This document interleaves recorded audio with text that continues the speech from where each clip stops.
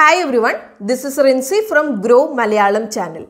Russia-Ukraine war തുടങ്ങിയിട്ട് ഇപ്പോൾ almost 1 year ആയി. ഇന്നിപ്പം നമ്മൾ നോക്കിയാലും ഈ രണ്ട് സൈഡിൽ നിന്നും യുദ്ധം അവസാനിപ്പിക്കാനുള്ള ഒരു ലക്ഷണം നമ്മൾ കാണുന്നില്ല. അപ്പോൾ 24 ഫെബ്രുവരി 2022 റഷ്യ ഉക്രൈനെ ക്യാപ്ചർ ചെയ്യാൻ വേണ്ടി മിലിറ്ററിനെ ഒരുക്കിയത്.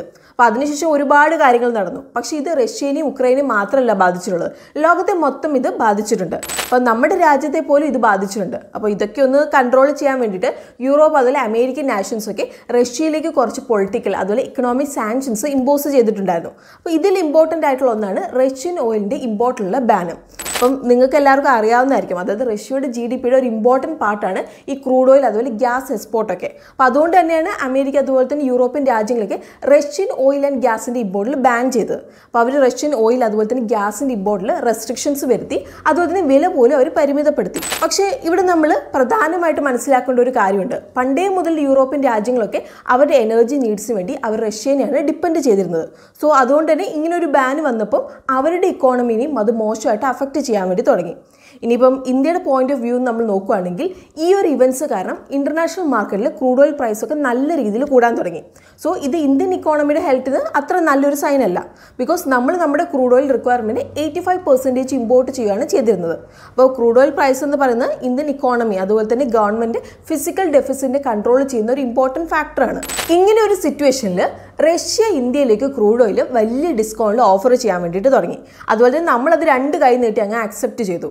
ഒബ്വിയസ്ലി നമ്മുടെ ഈ ഒരു ഡിസിഷൻ അമേരിക്ക അതുപോലെ യൂറോപ്യൻ രാജ്യങ്ങൾക്കൊന്നും അത്ര ഇഷ്ടപ്പെട്ടിട്ടുണ്ടാവില്ല. അപ്പോൾ അവർ പലപ്പോഴും ഇന്റർനാഷണൽ ഫോറംസിൽ ഈ ഇഷ്യൂ പറഞ്ഞിട്ടുണ്ട്. പക്ഷേ നമുക്ക് നമ്മുടെ ഒബ്ജക്റ്റീവ്സ് ഒക്കെ നമുക്ക് ക്ലിയർ ആയിരുന്നു. Europe has managed to reduce its imports while doing it in a manner in which it is comfortable for Europe. Comfortable. If that it's manageable.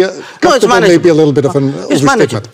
Now, if at 60,000 euros or whatever is your per capita income, you are so caring about your population. I have a population at $2,000. I also need energy. I'm not in a position to pay high prices. ഇപ്പം യുദ്ധം തുടങ്ങിയിട്ടും അതുപോലെ തന്നെ Russia ഇന്ത്യയുടെ oil പാർട്ണറായിട്ടും ഇപ്പോൾ almost ഒരു വർഷം ആവുന്നു. അപ്പോൾ ഫൈനാൻഷ്യൽ 2022 ഇന്ത്യയുടെ ഓയിൽ എക്സ്പോർട്ടിൻ്റെ 0.2% മാത്രമേ റഷ്യയിൽ നിന്നുണ്ടായിരുന്നുള്ളൂ. പക്ഷേ ഇന്ന് നമ്മൾ നോക്കുകയാണെങ്കിൽ 28% കൂടുതൽ ഓയിൽ ഇമ്പോർട്ട് റഷ്യയിൽ നിന്നാണ്.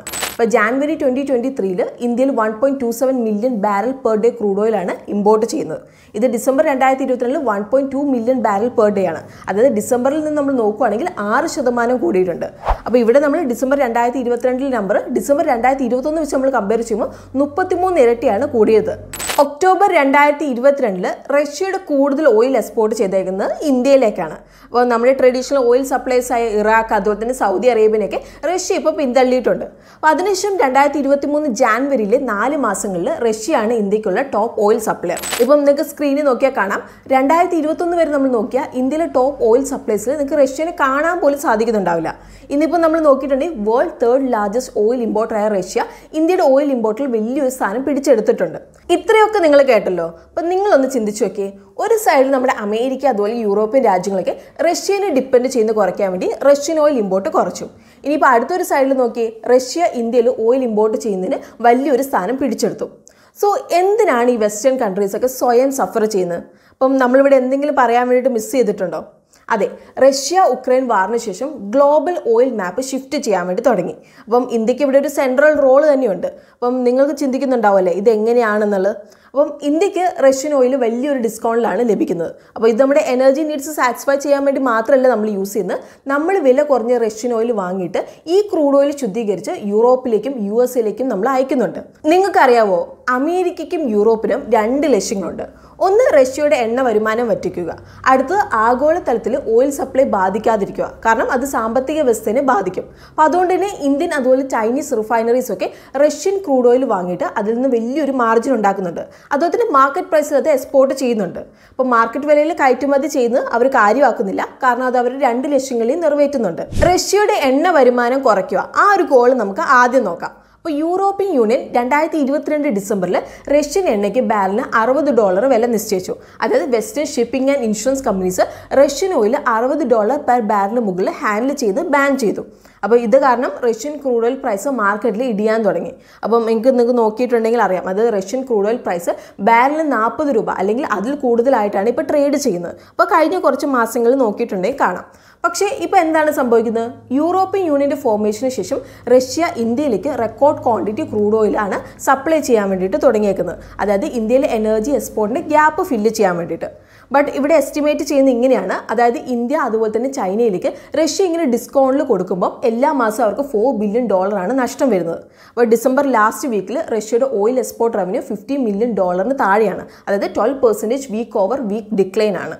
ഇനി നമുക്ക് രണ്ടാമത്തെ ഗോൾ നോക്കാം. അതായത് വെസ്റ്റേൺ രാജ്യങ്ങൾക്ക് ഗ്ലോബൽ സപ്ലൈ ഷോർട്ടേജ് അവോയ്ഡ് ചെയ്യണം. സോ അതിന് റഷ്യൻ ഓയിൽ അതുപോലെ റിഫൈൻഡ് പ്രൊഡക്ട്സിൻ്റെ ഒഴുക്ക് ഇന്റർനാഷണൽ മാർക്കറ്റിൽ തുടരും എന്നവർക്ക് ഉറപ്പാക്കണം. അപ്പോൾ ഇതേ സമയത്ത് റഷ്യയുടെ മുകളിൽ ഒരു സാമ്പത്തിക ഉപരോധം അവരെ ഏർപ്പെടുത്തിയിട്ടുണ്ട് വെസ്റ്റേൺ രാജ്യങ്ങളുടെ പ്ലാനിൽ. അപ്പം ഇന്ത്യ റഷ്യൻ ക്രൂഡ് ഓയിൽ വില കുറവിൽ വാങ്ങുന്നത് ഒരു ഹാംഫുൾ ആയിട്ട് ഇവിടെ മാറില്ല. പക്ഷേ ഈ ഒരു പ്ലാൻ്റെ ഒരു എസെൻഷ്യൽ ഫീച്ചർ ആയിട്ടാണ് ഇത് മാറുന്നത്. അപ്പം യൂറോപ്യൻ രാജ്യങ്ങൾ ചുമത്തുന്ന വില പരിധി ഉയർത്തി റഷ്യയുടെ ക്രൂഡ് ഓയിൽ ഇന്ത്യയിൽ വില കുറവിൽ വാങ്ങുകയും പിന്നെ അത് ശുദ്ധീകരിച്ച് കയറ്റുമതി ചെയ്യുകയാണ് ചെയ്യുന്നത്. അപ്പോൾ അതുകൊണ്ട് തന്നെ ഗ്ലോബൽ എനർജി മാർക്കറ്റ് സ്റ്റെബിലൈസ് ചെയ്യുന്നതിന് ഇന്ത്യക്ക് ഒരു റോൾ ഉണ്ട്. ഇപ്പം നിങ്ങൾ സ്ക്രീനിൽ നോക്കിയിട്ടുണ്ടെങ്കിൽ കാണാം, അതായത് 2021 ജാനുവരി മുതൽ 2023 ജാനുവരി വരെയുള്ള കണക്കുകൾ നോക്കിയിട്ടുണ്ടെങ്കിൽ യൂറോപ്യൻ രാജ്യങ്ങളിലേക്കുള്ള ഇന്ത്യയുടെ ഇന്ധന കയറ്റുമതി തുടർച്ചയായിട്ട് മോശമായിക്കൊണ്ടിരിക്കുകയാണ്. ഇന്നിപ്പോൾ നമ്മൾ നോക്കുകയാണെങ്കിൽ റിഫൈൻഡ് ക്രൂഡ് ഓയിൽ പ്രൊഡക്ട്സിൻ്റെ ഒരു നെറ്റ് എക്സ്പോർട്ടറാണ് ഇന്ത്യ. അതുപോലെ തന്നെ ഇന്ത്യ റഷ്യയിൽ നിന്ന് ഒരുപാട് ക്രൂഡ് ഓയിൽ ഇമ്പോർട്ട് ചെയ്യുന്നുണ്ട്. ഇപ്പോൾ ജാനുവരിയിൽ നമ്മൾ നോക്കുകയാണെങ്കിൽ ഇന്ത്യയിൽ പെർ ഡേ 89,000 ബാരൽ പെട്രോൾ അതുപോലെ ഡീസലാണ് ന്യൂയോർക്കിലേക്ക് ഷിപ്പ് ചെയ്യുന്നുണ്ട്. അപ്പോൾ കഴിഞ്ഞ 4 വർഷങ്ങളിൽ വെച്ച് നോക്കുകയാണെങ്കിൽ ഇതാണ് ഹയസ്റ്റ്. ഈവൻ യൂറോപ്പിലേക്ക് India 1.72 lakh barrel daily low sulphur diesel export ചെയ്യുന്നുണ്ട്. ഇത് ഒക്ടോബർ 2021 ശേഷമുള്ള ഏറ്റവും ഉയർന്ന ലെവലാണ്. ഇനിയിപ്പോൾ വേറൊരു എക്സാമ്പിൾ പറയുകയാണെങ്കിൽ US ഇന്ത്യൻ റിഫൈനറീസ് നിന്ന് VGO വാങ്ങുന്നുണ്ട്, അതായത് വെർജിൻ ഗ്യാസ് ഓയിൽ. അപ്പോൾ ഈ വെർജിൻ ഗ്യാസ് ഓയിൽ എന്ന് പറഞ്ഞാൽ ട്രാൻസ്പോർട്ടേഷൻ ഫ്യൂവൽ പ്രൊഡ്യൂസ് ചെയ്യാനുള്ള ഒരു ഐഡിയൽ സെമി പ്രൊഡക്റ്റ് ആണ്. സോ റഷ്യൻ റിഫൈൻഡ് VGOൻ്റെ ഒരു വലിയൊരു ബയറാണ് US. പക്ഷേ US റഷ്യയിൽ നിന്ന് VGO ഡയറക്റ്റ്ലി അവർക്ക് വാങ്ങാൻ വേണ്ടി സാധിക്കില്ല. അപ്പോൾ അതുകൊണ്ട് തന്നെ അവർ ഇന്ത്യയിൽ ഓപ്പറേറ്റ് ചെയ്യുന്ന റിഫൈനറീസ് നിന്നാണ് VGO വാങ്ങുന്നത്, അതായത് കമ്പനികളായ റിലയൻസ് എനർജി അതുപോലെ തന്നെ നയാര എനർജി എന്നൊക്കെ. അപ്പോൾ ഇവിടെ നമുക്ക് ക്ലിയർ ആയിട്ട് മനസ്സിലാവുന്ന ഒരു കാര്യമാണ്, ഇന്ത്യൻ റിഫൈനറീസ് നിന്ന് പ്രൊഡ്യൂസ് ചെയ്യുന്ന VGO എന്ന് പറഞ്ഞാൽ റഷ്യൻ ക്രൂഡ് ഓയിൽ നിന്ന് പ്രൊഡ്യൂസ് ചെയ്യുന്നതാണ്. ഇതിൻ്റെ ഒരു റിസൾട്ട് എന്താണെന്ന് പറഞ്ഞിട്ടുണ്ടെങ്കിൽ ഇന്ന് per day US 2 lakh barrel finished products Reliance നിന്ന് വാങ്ങുന്നുണ്ട്, മെയിൻലി VGO. സോ ഇതായിരുന്നു ഇന്നത്തെ നമ്മുടെ വീഡിയോ. അപ്പോൾ ഇന്ത്യ ഒരു ഇൻട്രസ്റ്റിംഗ് പൊസിഷനിലാണ് ഉള്ളത്. അതായത് ഇതുവരെ നമ്മൾ നോക്കുകയാണെങ്കിൽ റഷ്യയിൽ നിന്ന് ക്രൂഡ് ഓയിൽ വാങ്ങി ഇന്ത്യ 35,000 കോടിയിലധികം സേവ് ചെയ്തിട്ടുണ്ട്. സോ ഇന്ത്യ ഗ്ലോബൽ ലെവലിൽ എനർജി അതുപോലെ ഓയിൽ ബാലൻസ് മെയിൻറ്റെയിൻ ചെയ്യുക മാത്രമല്ല ചെയ്യുന്നത്, അവരുടെ ഇക്കണോമിക് നീഡ്സിന് അവർ പ്രയോറിറ്റി കൊടുക്കുന്നുണ്ട്. അതുപോലെ തന്നെ എക്സ്പേർട്സ് വിശ്വസിക്കുന്നത് എന്താണെന്ന് വെച്ചാൽ ഇനി വരും സമയങ്ങളിൽ ഗ്ലോബൽ ഓയിൽ മാപ്പ് ചേഞ്ച് ചെയ്യുന്നതിന് ഇന്ത്യക്ക് ഒരു സെൻട്രൽ റോൾ ഉണ്ടാവുമെന്നാണ്. അപ്പോൾ ഇതിൻ്റെ കൂടെ അവരുടെ ഓയിൽ സപ്ലൈസിനെ അവർ ഡൈവേഴ്സിഫൈ ചെയ്യുന്നുമുണ്ട്. ഇപ്പോൾ നിങ്ങൾക്ക് നോക്കിയിട്ടുണ്ടെങ്കിൽ കാണാം, അതായത് ഇന്ത്യയുടെ എണ്ണ ഇറക്കുമതിയിൽ OPEC രാജ്യങ്ങളുടെ പങ്ക് റെക്കോർഡ് താഴ്ന്ന നിലയിലാണ്. അപ്പോൾ അതേ സമയത്ത് മറ്റു രാജ്യങ്ങളുടെ പങ്കും മോശമാണ്. അപ്പോൾ റഷ്യ മാത്രമല്ല ഇന്ത്യയും US നിന്നുള്ള എണ്ണ ഇറക്കുമതി വർദ്ധിപ്പിക്കുന്നുണ്ട്. സോ നമ്മുടെ ക്രൂഡ് ബാസ്ക്കറ്റ് ഡൈവേഴ്സിഫൈഡ് ആണ്.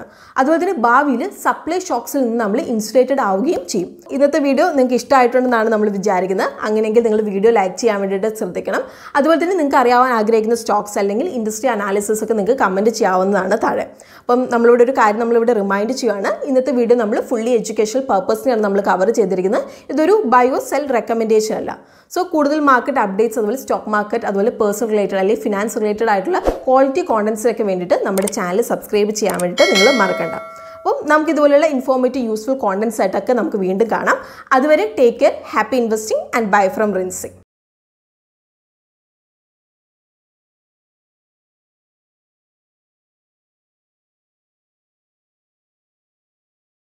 Investment in securities market are subject to market risks. Read all the related documents carefully before investing. Please read the risk disclosure documents carefully before investing in equity shares, derivatives, mutual fund, and or other instruments traded on the stock exchanges.